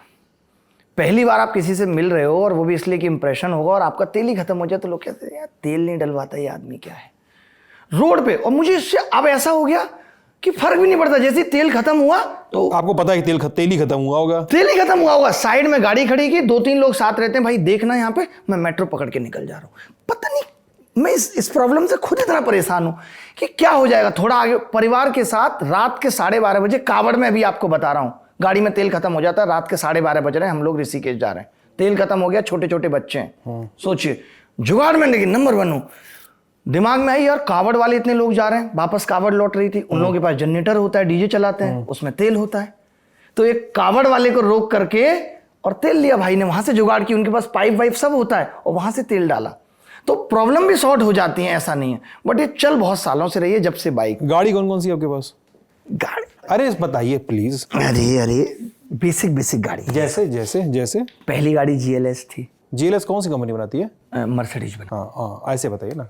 अच्छा ऑलमोस्ट ब्रांड्स हैं जो ठीक से ब्रांड जैसे- है, जैसे- गाड़ियों जैसे- का जैसे? शौक था मैं। लेकिन उससे पहले मैं एक बात बताना अरे चाहता हूं। मेरा मैं मैं उस चीज पे भी आऊंगा। मैं ये भी बताना चाहता हूँ, जैसे बहुत सारे लोगों को लगता है कि ये सिर्फ एक शिक्षक है। मैंने शिक्षा के क्षेत्र में बिजनेस नहीं किया है, बट मैंने 2 और बहुत अच्छे इनफैक्ट 3 बहुत अच्छे बिजनेस बनाए हैं। बहुत अच्छे। जब उनका IPO आएगा तब लोगों को पता चलेगा कि अच्छा यार ये अभिनय शर्मा का बिजनेस था। ये मैं आपके चैनल पे पहली बार बता रहा हूँ, क्योंकि फिर मैं इसलिए ये चीज जोड़ रहा हूँ कि लोगों को ये लगता है कि अच्छा यार, लोग ये कमेंट करने लगे अच्छा वो बच्चों से ऐसा कर हमारे चाहिए कमा रहा है। नहीं ऐसा नहीं होगा। ऐसा नहीं है। वो किस चीज तरह नहीं के है। बिजनेस है वो, ये तो बताइए। टाइप ऑफ बिजनेस क्या है, किस तरह के? जैसे आपने चायोज सुना है, इस तरह के। जैसे आपने मॉडर्न बाजार सुना है, इस तरह के। अच्छा ठीक है, चलिए शुभकामनाएं उनके लिए। लेकिन बताइए गाड़ियाँ। हाँ, तो गाड़ी का ये था, शौक था। जैसे अब पिताजी को है कि भाई पिताजी मेरे बहुत लंबे चौड़े हैं, 6 फुट 4 इंच हाइट है। आए सारी जिंदगी उन्होंने मुझे एक साइकिल दिलाने में अपना जीवन लगाया था, और मैं इतना खुश हुआ था जब मेरी साइकिल आई थी 8th क्लास में था कि मैंने उसकी पन्नी भी नहीं उतारी थी। वो पन्नी नहीं चढ़ी आती थी, घिस के चलती थी, थोड़ी टाइट चलती थी, लेकिन यार नहीं, पन्नी बाद में एकदम धूसर मटमैली हो जाती है। हाँ, मटमैली हो जाती थी। तो ये था कि पिताजी के लिए एक ऐसी गाड़ी देनी थी, तो एक गाड़ी मैंने उनके लिए जर्मनी से कस्टमाइज कराई थी, जिसमें उनके पूरे पैर आ सकें अच्छे से। अच्छा। BMW कंपनी की। और माताजी ने पूरा जीवन हम लोगों को पढ़ाने लिखाने में अपने सपने दाव पे लगा दिए। उनको मोशन सिकनेस की बहुत आदत थी, तो ऐसी गाड़ी उनको देनी थी जिसमें मोशन सिकनेस सबसे कम हो, जिसमें सबसे ज़्यादा अच्छे एयर सस्पेंशन होते हैं, तो उनके लिए गाड़ी। मुझे बहुत मोशन सिकनेस है। छोटे बच्चे इतनी उल्टियाँ करते हैं, तो उनको ये था कि वो ऑटो में बैठना प्रेफर करते हैं, तो फिर उनके पास मिनी कूपर है, कन्वर्टिबल कार है, ओपन कार में वो चलते हैं। तो इस तरीके से। और मैं ये भी लोगों को बताना चाहता हूँ कि ये सिर्फ पाने के बाद पता चला कि ये भ्रम है। आज मैं जितना ट्रैवल स्विफ्ट डिजायर और वैगनार में कर सकता हूं बिना मोशन सिकनेस के, इन गाड़ियों में वो मोशन सिकनेस 100x है, जो उनमें नहीं है, वैगनार और उसमें। तो कई बार ऐसा लगता है कि हमारे लिए यही गाड़ियां बनी थी। ये सारी गाड़ियों में, जितनी गाड़ियों का नाम बता रहे हैं आप, उसमें कहीं भी फ्यूल इंडिकेटर नहीं है क्या? फ्यूल इंडिकेटर है कि वो बता दे, सबका अलग अलग है। एक तो जैसे कोई गाड़ी रिजर्व के बाद भी लंबी चल जाती है, लेकिन जो मर्सिडीज है वो बहुत तेल खाती है। उसका ये है कि रिजर्व लग गया, अब उसकी मर्जी है कि वो कितना चलेगी। कभी हो सकता है 30 किलोमीटर भी चल जाए, कभी 20 भी जाए। मुझे लगता रहता है कि अब बस पंप आएगी, इसके बाद। मुझे ये नहीं पसंद होता, लोग कहते हैं कि अब पंप पास वाली ढूंढ लो, यू टर्न ले गया। नहीं यार, ये रास्ते में पड़ना चाहिए। रास्ते में पड़ना चाहिए। अभी इतनी इंपॉर्टेंट एक मीटिंग ऐसी ही जहाँ पे मुझे बुलाया गया, और ये भाई मेरे साथ थे, हम दोनों गए, और उनको कुछ लेके भी जाना था सामान, और गाड़ी यहीं बंद हो गई चढ़ते ही। बिल्कुल इस बारेपुले के रोड पे चले, चढ़ते ही बंद हो गई गुरु। मैं उतरा, मैंने अपने साथ वाले बंदे को यह नहीं बताया कि मैं क्यों उतरा। पीछे से ऑटो आ रहा, हाथ दिया, रुक गया, मैं बैठ के निकल गया। अब पुलिस आ गई वहाँ पे कि भाई ये गाड़ी कैसे खड़ी है, और ये गाड़ी ऐसे तो नहीं, धक्का मार के ऐसे होती है। एक मोटा चालान काटा इस बात का ही कि ऐसे कैसे खड़ी हो सकती है, और खूब रिक्वेस्ट भी किया कि भाई तेल खत्म हो गया, इसमें हमारी क्या गलती है। तेल खत्म हो गया, और फिर वो तेल लेके आना। मैं तो सामने वाले को जिम्मेदारी दे जाता हूँ कि तेल ले आना, 10 से 12 लीटर तेल की जरूरत पड़ेगी। मेरे पिताजी तो ये कहते हैं कि तुम अपनी गाड़ी में ही रखो 10 से 12 लीटर तेल, जब तुम्हें इतना पता है तो। ये मेरी आदत खराब है। मैं अपनी 2 आदतें खराब बता देता हूँ जो मैं सही करना चाहता हूँ। पहली ये थी, दूसरी ये कि मैंने आज तक वॉशरूम का गेट बंद नहीं किया है, चाहे वो पब्लिक टॉयलेट हो या वो कोई भी हो। ये मेरी सबसे खराब आदत है। मैं रिस्क पर रहता हूँ कि कोई घुस जाएगा तो क्या होगा। मतलब आप अंदर रहते तब भी नहीं बंद करते? नहीं करता हूं मैं। पता नहीं मुझे क्या घबराहट है कि मैं नहीं कर पाता हूं गेट बंद। अच्छा, ये 2 मेरी बहुत खराब आदतें हैं, जो पता नहीं क्यों है, इनमें क्या ही है ठीक करने में, मुझे नहीं लगता। और अब मैं सोचता हूं अब इतनी उम्र हो गई, बूढ़े हो गए, अब क्या ठीक करना है, हर चीज ठीक। अरे 90 की पैदाइश है आपकी, कहाँ बूढ़े हैं आप? आपको पता सब है मेरे बारे में, एज वेज सब पता लग जाएगी। अरे नहीं, इतना भी नहीं। तो ये बताइए कि नौकरियां आपने 2012 में दिल्ली में आपने शुरुआत की कि यार अब दिल्ली बसते हैं धीरे धीरे, परिवार को भी बुलंदशहर से ग्रेटर नोएडा बुला लिया। वो कहानी ये थी, वो ये वाली थी, होम सिकनेस वाली। कि भाई घर पे थे, जब कॉलेज से आए तो क्या होता है, जब आप इंजीनियरिंग करके घर पे आ जाते हैं तो लोग ये सवाल उठाना शुरू कर देते हैं, भैया घर पे क्या कर रहे हो, तो ये था कि तैयारी करनी है। पिताजी ने कहा तुम आईएएस की तैयारी कर लो। हमने भी बहुत सोचा, मैंने कहा यार आईएएस की तैयारी करेंगे तो बिहार पीसीएस निकल जाएगा या फिर कोई ना कोई कोई ना कोई एग्जाम तो निकाल लेंगे, ये भरोसा है, ठीक है। तो हमारे कॉलेज के कुछ लड़के लड़कियां भी थे जो भी सोच रहे थे तैयारी करने के, तो मैंने कहा उनके सहारे मन भी लग जाएगा थोड़ा सा।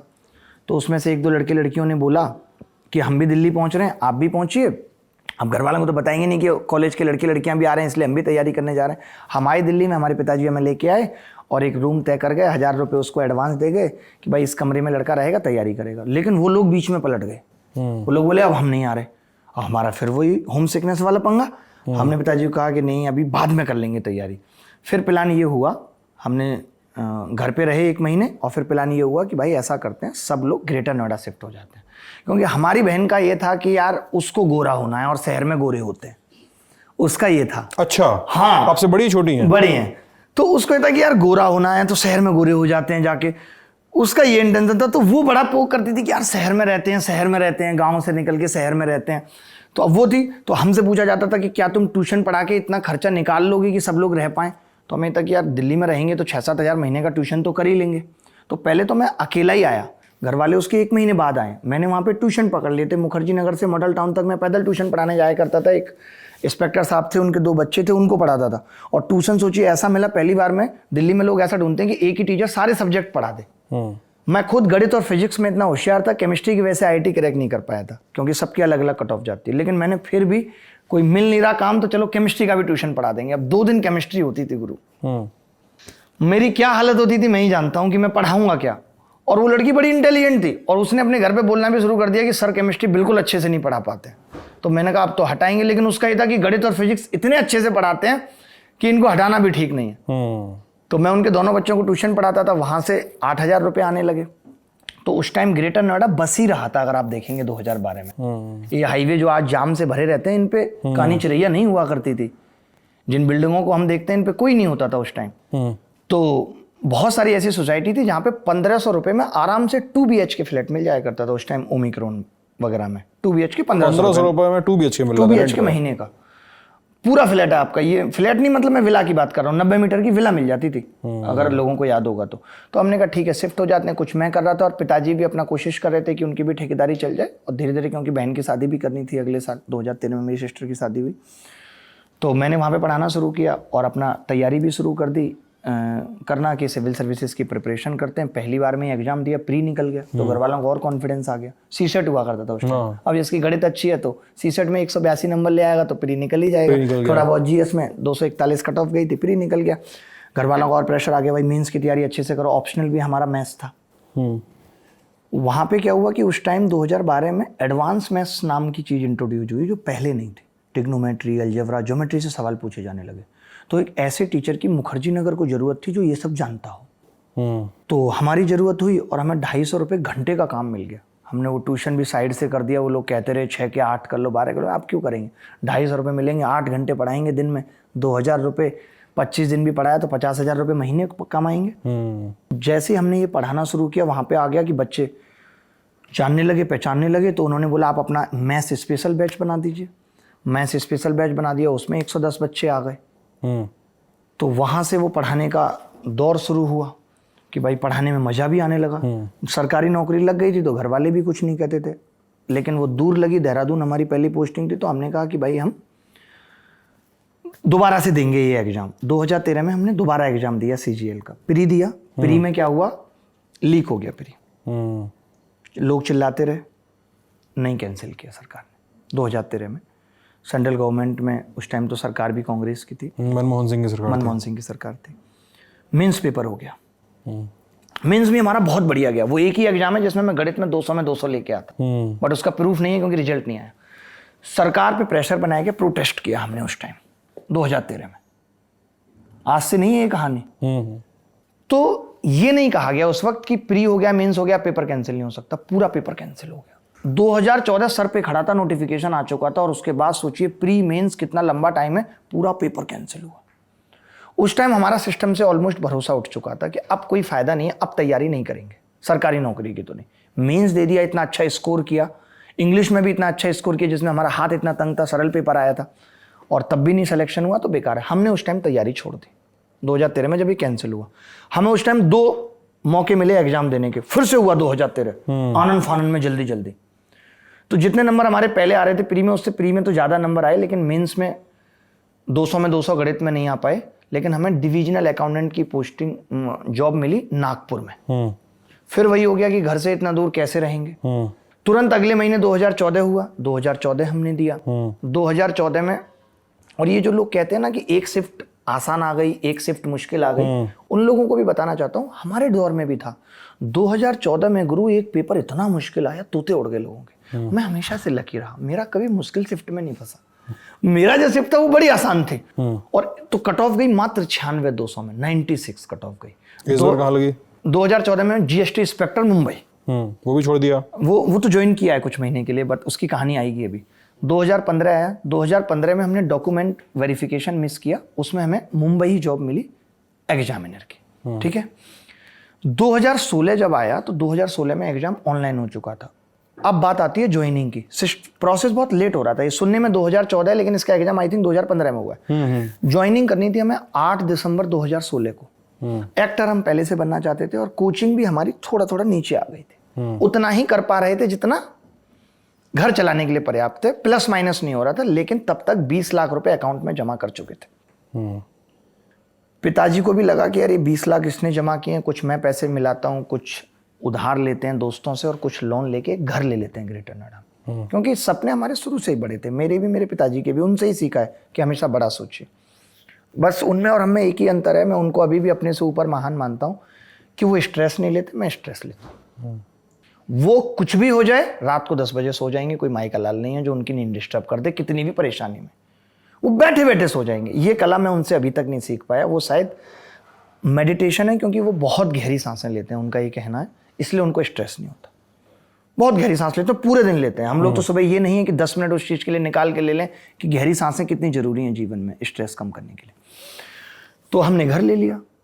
अब जब वो घर ले लिया और उस वक्त पिताजी को था कि कोचिंग में भी अच्छा नहीं कर रहा, तो भैया जॉब ज्वाइन कर लो। हमें ये था कि चलो एक्टर बन जाएंगे। तो 8 दिसंबर 2016 को हमने नौकरी ज्वाइन कर ली, जीएसटी इंस्पेक्टर। वो वाली जो 14 वाली? हाँ, मुंबई चले गए। वहाँ की दुनिया देखी, बिल्कुल अलग थी।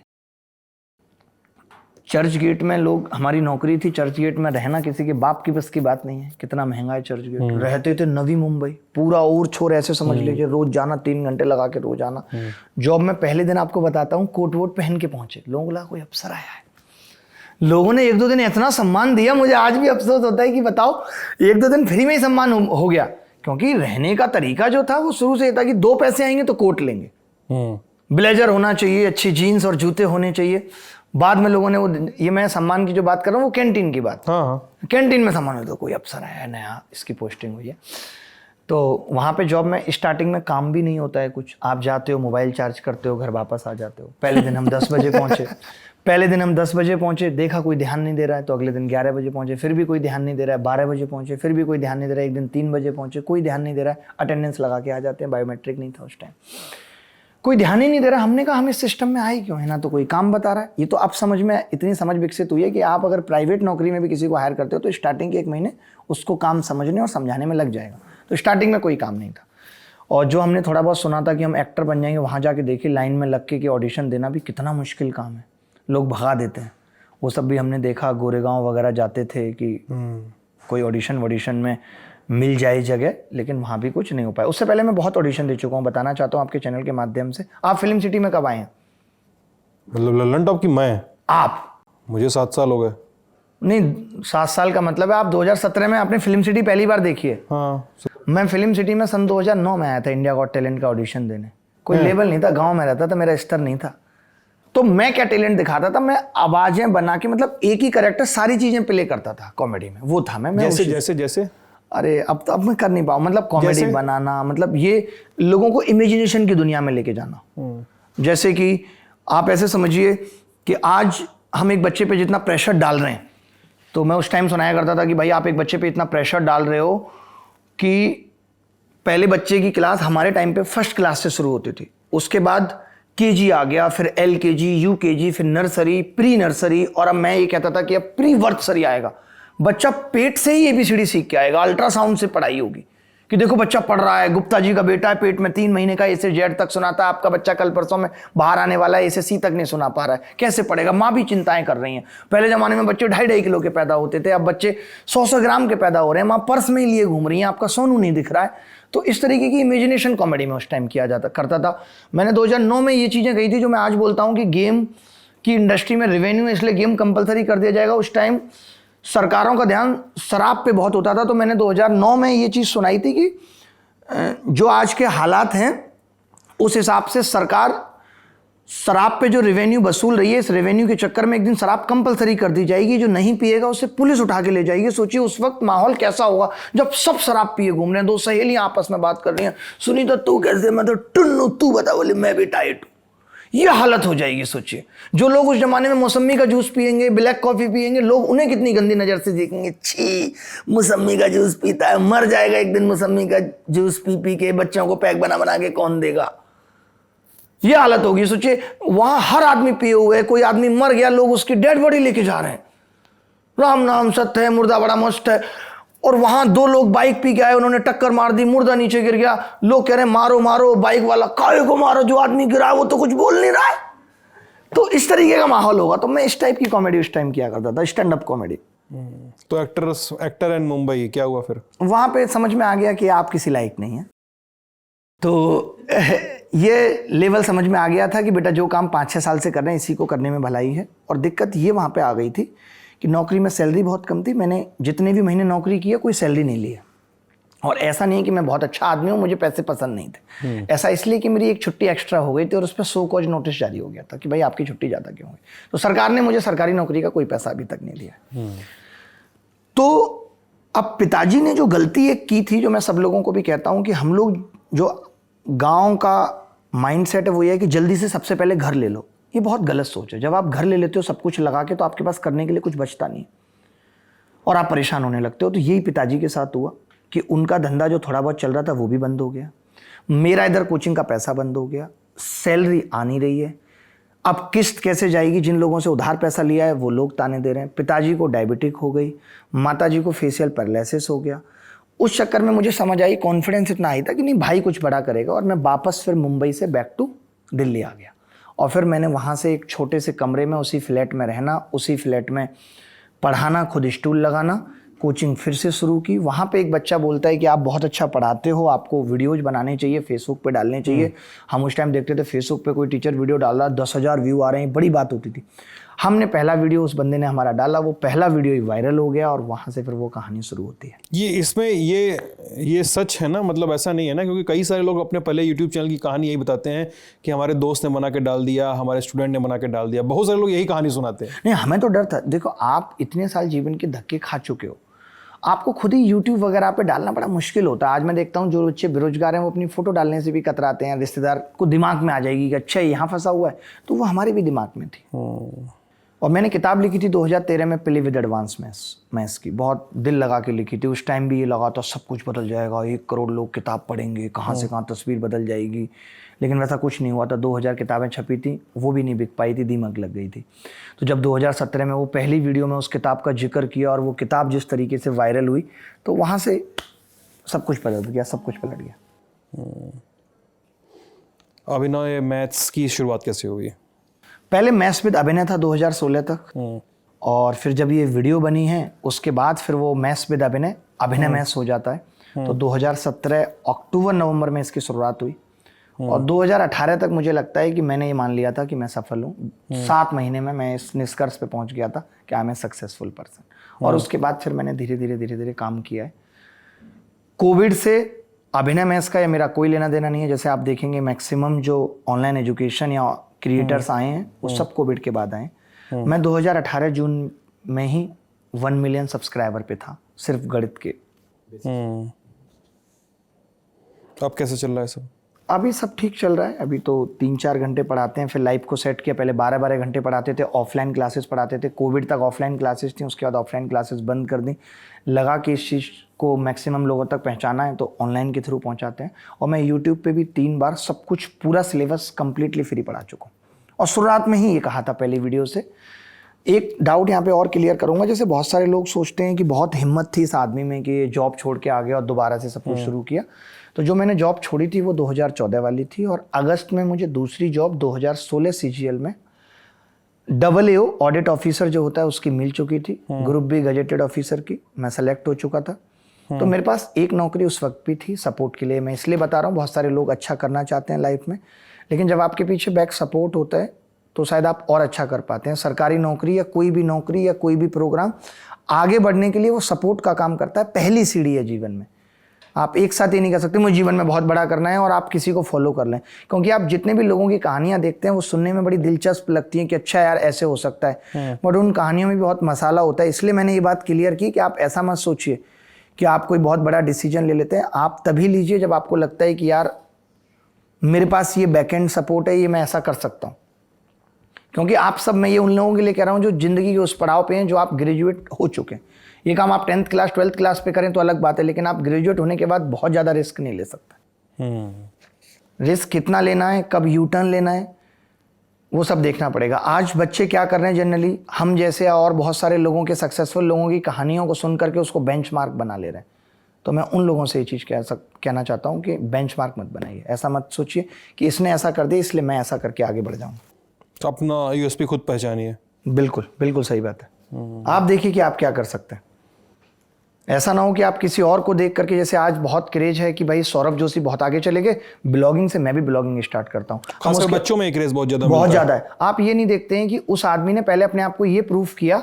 आज सलमान खान ब्लॉगिंग करे तो अच्छा लगेगा, लोग जानना चाहते हैं सलमान खान की जिंदगी में क्या है। खैर मैं ब्लॉगिंग वगैरह के बहुत खिलाफ हूँ, मैं बिहाइंड द सीन के खिलाफ हूँ। मुझे लगता है कि हम लोगों को वो चीज़ें दिखा रहे हैं वो ज़्यादा देखना चाहते हैं। जैसे आज अगर मैं आपसे कहूँ कि स्त्री 2 मूवी जितनी चली है, आप अभी उसके बिहाइंड द सीन चलाना शुरू करिए पिक्चर हॉल में। बुढ़े लोग भी 1600 रुपए की टिकट पे आएंगे जब उनको पता चलेगा कि यहाँ पे दिखाया जाएगा कि कैसे श्रद्धा कपूर रेडी होती हैं, रेडी विद मी दिखाया जाएगा, तो लोग 1600 की टिकट लेके देखेंगे। लेकिन क्या ये दिखाना सही है?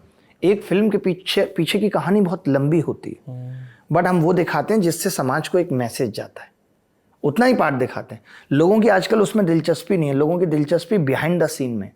सौरभ जोशी बहुत अच्छी पेंटिंग बनाते थे, आज लोगों की इस चीज़ में दिलचस्पी नहीं है, लोगों को इस चीज़ में दिलचस्पी है कि वो क्या कर रहे हैं। तो मैं हूँ, शायद हो सकता है सबका अपना अपना ओपिनियन है। मैं जनता से चाहूँगा कि वो कमेंट करके बताएं, क्योंकि आज शायद पता है इसकी एक वजह और भी है सिद्धांत, की एजुकेशन सिस्टम प्रमोट नहीं हो रहा है। ये लोगों को नहीं दिख रहा है कि कोई एजुकेशन से इतना आगे जा रहा है, उस चीज को कोई प्रमोट नहीं कर रहा है। हाँ, वो प्रॉब्लम है कि हम करें भी कैसे? एजुकेशन तो सिर्फ हमें एक मैन पावर बना रही है। नहीं, सोशल मीडिया ने कमाई करने को थोड़ा ज्यादा सुलभ दिखाया है लोगों को, ज्यादा सुलभ दिखा दिया, भले ही हो ना हो वही चीज है। तो लेकिन अगर सब लोग उसी दिशा में चले जाएंगे, हम लोग आज हमारे बेसिक एजुकेशन सिस्टम में स्किल लर्निंग अनिवार्य नहीं है। आप कहेंगे कि ग्रेजुएशन के बाद या 12th के बाद बच्चा जब पढ़ ले रहा है तब उसको सरकार स्किल लर्निंग प्रोग्राम चला रही है, लेकिन उसे आज एजुकेशन सिस्टम में डालने की जरूरत है। बच्चा इनोवेशन कैसे करेगा, इनोवेशन लर्निंग, स्किल लर्निंग, ये सब चीजें जब तक एजुकेशन में नहीं आएंगी तब तक बड़ा करने का ऑप्शन नहीं है। एक बच्चा BA करके क्या बड़ा कर सकता है? वो तो सरकारी नौकरी मांगेगा ही, क्योंकि आपने उसको कुछ सिखाया ही नहीं है। वहीं IIT का बच्चा तो आपसे सरकारी नौकरी नहीं मांग रहा है ना, IIM वाला बच्चा आपसे सरकारी नौकरी नहीं मांग रहा है, क्योंकि वो एजुकेशन सिस्टम उसको उस लायक बना दे रहा है कि उसको खुद पता है क्या करना है। आज भारत में जितने भी बड़े बड़े स्टार्टअप हैं, मैक्सिमम लोगों ने ही बनाए जो IITian है, चाहे आप रेजर पे देखिए, ओला देखिए या कोई और देखिए। मानते हैं कि नहीं? तो अगर एजुकेशन सिस्टम ठीक हो जाएगा तो सब लोग खुद से सरकारी नौकरी नहीं मांगेंगे। बहुत सारे ऐसे देश होंगे, आप भी जानते हैं, जहां पे लोग सरकारी नौकरी को तवज्जो नहीं देते हैं, ऑब्वियसली। हाँ, तो हमारी एजुकेशन सिस्टम में प्रॉब्लम है, जिसकी वजह से लोग सरकारी नौकरी मांग रहे हैं, क्योंकि वहां से कुछ सीख नहीं पा रहे। आज सिंगापुर में 6th क्लास के बच्चे को पेचकस मोबाइल देके सब कुछ खोलना सिखाया जा रहा है। आज चाइना में बैठा बच्चा 6ठी क्लास में कैपेसिटर बना दे रहा है। तो ये चीजें हमें सिखानी पड़ेगी। मुझे कम से कम ये कहने में गुरेज नहीं है कि मैंने कुछ एग्जाम्पल देखे हैं एक आध स्कूल्स के इस देश में, और खासकर यूपी में भी ऐसे एग्जाम्पल्स देखे हैं। कुछ एक स्कूल्स हैं जहाँ पे वो छोटे छोटे बच्चों को क्लासेस में मेटलर्जी के बारे में पढ़ा रहे हैं, बहुत छोटे छोटे बच्चों को, मतलब। और ये मैं देख के खुद चकित था कि उन स्कूल्स में मेटलर्जी की लैब्स हैं जिसको क्लास 6 का बच्चा अटेंड करता है। ऐसे स्कूल हैं कुछ? हाँ, मुझे नहीं पता। हाँ है, मतलब अच्छा। एक तो मेरे एक दोस्त हैं, उनका ही है, गोंडा में है, यश में वर्ल्ड स्कूल करके है, और एक बहुत बड़ा क्लोज्ड कैंपस में है, वो बच्चों को इस तरह की चीज़ें सिखाते हैं। तो और इस तरह के कुछ और एक्सपेरिमेंट्स देखने को मिल रहे हैं, खासकर बनारस में भी 1-2 एक्सपेरिमेंट इस तरह के आए हैं। बनारस में एक आध स्कूल है जहाँ पे आर्ट एंड कल्चर को लेके काफ़ी ज़्यादा पढ़ाया जाता है बच्चों को, शुरुआत से बचपन से ही कुछ ना कुछ सप्लीमेंट्री प्रोग्राम्स दिए जाते हैं। आप खुद पता है ना, भारत के एजुकेशन सिस्टम से लोगों का इतना भरोसा उठ रहा है कि लोग आज होम लर्निंग पे ध्यान दे रहे हैं, जो कि गलत है। आप घर पे रह के बच्चे को कुछ ABCD या कुछ पढ़ाई की चीजें सिखा सकते हैं, बट उनके अंदर संस्कार, सोशल क्वोशेंट कैसे आएगा? Everything is not about intelligent quotient कि आपका SQ क्या है, एडवर्सिटी क्वोशेंट कैसे आएगा लोगों के अंदर। लोग दोस्त बनाना नहीं सीख पाएंगे, वो सब तो बच्चा स्कूल में ही सीखेगा। तो आज स्कूलों को ठीक करने की सच में जरूरत है। सब कुछ अपडेट हुआ है, हमारे हाथ में कीपैड फैन से आज आईफोन आ गया, आज हमारे हाथ में फोल्ड करने वाला फोन आ गया, लेकिन एजुकेशन सिस्टम वही है। मेरे पिताजी जो किताबें पढ़ते थे मैंने पढ़ी, मेरा बच्चा वही किताबें पढ़ रहा है जो मैंने पढ़ी। उसमें भी अपडेशन की जरूरत है। सरकार को एजुकेशन सिस्टम पे भी प्रायोरिटाइज करना पड़ेगा। ऐसा नहीं है कि फिर आप एक टाइम पे आके कह देंगे आपके पास तो कोई स्किल नहीं है। जैसे आज कह दिया जाता है कि आप ग्रेजुएट हो गए, आपके पास स्किल नहीं है इसलिए आप नौकरी की भीख मांग रहे हैं। वो स्किल देने की जिम्मेदारी किसकी थी? सरकार ने स्किल इंडिया प्रोग्राम चलाया तो है। हाँ, लेकिन वो कंपलसरी करना पड़ेगा। स्किल इंडिया प्रोग्राम जितना कागजों पे है उतनी उसकी ग्राउंड रियलिटी नहीं है, उसको बदलने की जरूरत है, तभी देश आगे जा पाएगा। हमें आगे के 20-30 साल की चीज़ें अभी सोचनी होंगी। मैं और भी देश जाता हूँ, मैं देखता हूँ उन लोगों के अगले आने वाले 20 साल कैसे होंगे, वो लोग इस चीज़ पे सोच रहे हैं। हमारा ध्यान सिर्फ इसी चीज़ पे है कि अगले वाला 4 साल बाद का चुनाव कैसे होगा और वो कैसे जीता जाएगा, उस पर ज़्यादा फोकस है। चलिए, इस बातचीत को यहाँ पर हम विराम देते हैं। आपकी इस बातचीत पे क्या राय है कमेंट सेक्शन में ज़रूर बताइएगा। अपना ख्याल रखिएगा। ललन टॉप देखते रहिएगा, मस्त रहिए। बहुत बहुत शुक्रिया। Thank you.